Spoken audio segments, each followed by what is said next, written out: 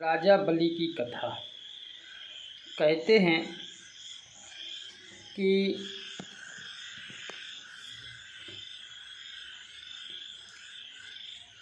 चार माह जो भगवान सो जाते हैं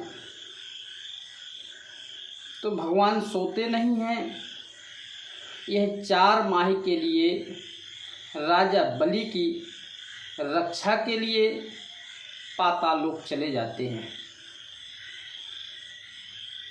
आषाढ़ माह बीतने वाला है, चौमासा प्रारंभ होने जा रहा है और इन चौमासों में भगवान विष्णु राजा बलि की रक्षा करते हैं।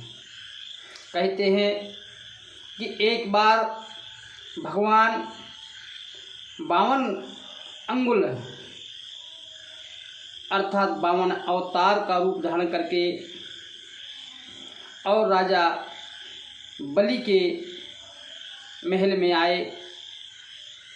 संतरियों से कहा कि जाइए आप अपने राजा को बुलाइए, मुझे 3 पैर धरनी के चाहिए।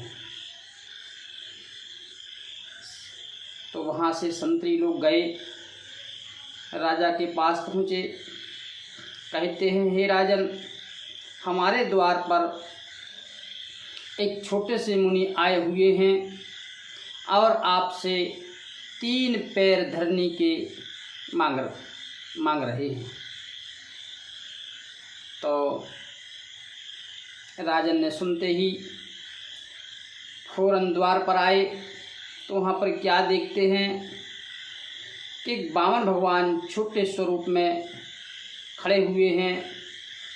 तब राजा साहब सोचते हैं कि 3 पैर तो क्या, इनको 3.5 भी दे दूंगा।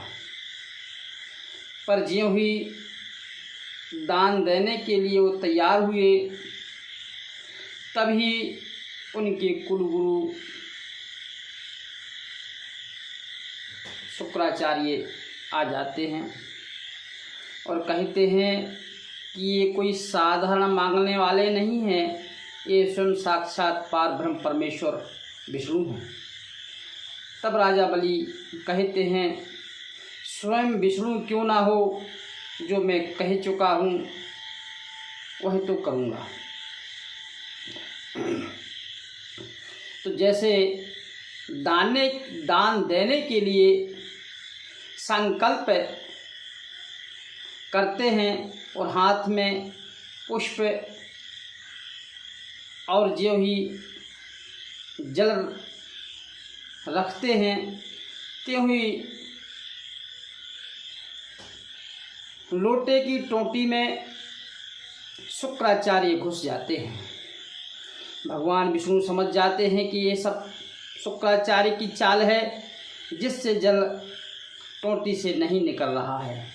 तब भगवान एक सींग उठाते हैं और टोंटी में डाल देते हैं। जैसे ही टोंटी में सींग डालते हैं तो शुक्राचार्य बाहर आ जाते हैं। उनकी एक आँख फूट जाती है और जैसे आँख फूटती है तब वह वहाँ से राजमहल की ओर चले जाते हैं।